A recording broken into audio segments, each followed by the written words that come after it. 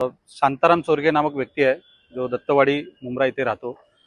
त्यांनी वारंवार ह्याच्या आधी देखील बाबासाहेब आंबेडकर झाले तसंच महापुरुषांवर त्यांनी टीका टिप्पणी करण्यासारख्या अशा ज्या पोस्ट आहेत जे व्हॉट्सअपला आणि फेसबुकला नेहमी तो टाकत असतो, त्याचं आपण फेसबुक चेक केलं असता त्याच्यावर तुम्हाला निदर्शन असेल।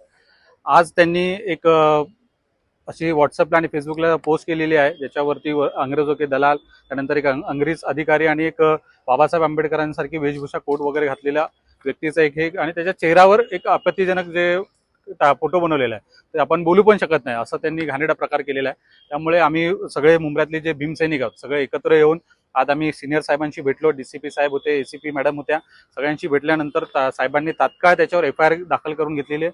पोलीस पथक देखील त्यांच्या घरी गेलं होतं पण ते त्यांच्या घराला टाळा ते तिथे नाहीयेत।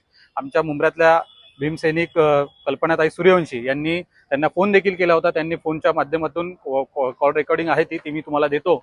त्यांनी ती शांताराम चोरगेनी ती कबुली दिलेली आहे की मी हा गुन्हा केलेला आहे, माझ्याकडून चूक झालेली आहे, मी माफी मागतो। पण त्याची ही जी चुकी आहे ही माफीच्या लायक नाही, म्हणून आम्ही सगळ्या मुंब्र्यातील भीमसैनिकांनी एकत्र येऊन त्यांच्यावर एफआयआर केलेली आहे आणि आमची हीच मागणी आहे की त्याला तात्काळ अटक करून त्याला कडक शिक्षा झाली पाहिजे। असं देखील माहीत पडलं की ते बीजेपीचे पदाधिकारी आम्हाला कुठल्या पक्षाचे घेणे देणे नाही, तो कुठल्याही पक्षाचा कार्यकर्ता असो, जिथे महामानव डॉक्टर बाबासाहेब आंबेडकरांचं नाव येतं तिथं कुठलाही पक्ष मोठा नसतो, कुठलाही पक्ष आम्ही गृहीत धरत नाही। आम्ही सगळे एकत्र येऊन भीमसैनिक म्हणून काम करत असतो आणि कुठल्याही पक्ष आता कल्पनाताई सूर्यवंशी देखील बीजेपीच्या पदाधिकारी आहेत, त्या पण त्यांनी देखील पुढाकार घेऊन इथे एफआयआर करण्यासाठी प्रयत्न केला। वंचित जी पूर्ण टीम आहे, आरपीआयची पूर्ण टीम आहे, सगळे आम्ही म्हणजे एक भीमसैनिक म्हणून एकत्र येऊन त्याच्यावर गुन्हा दाखल, आम्हाला कुठल्याही पक्षाची घेणे देणे नाही। अशा प्रकारचे जे भडकवण्याचा जे पोस्ट होते आधी देखील त्यांच्याकडून पोस्ट झाले होते अशी देखील माहिती भेटते। हा, या आधी देखील त्यांनी अशा प्रकार केलेला आहे आणि त्यावेळेस देखील त्यांनी माफी मागितली, पण त्या गोष्टी माफी लायक होत्या म्हणून आम्ही त्यांना माफी केलेला आहे। पण आत्ताचा जो प्रकार आहे तो त्यांचा जाणून बुजून म्हणजे समाजकंटकाचा जो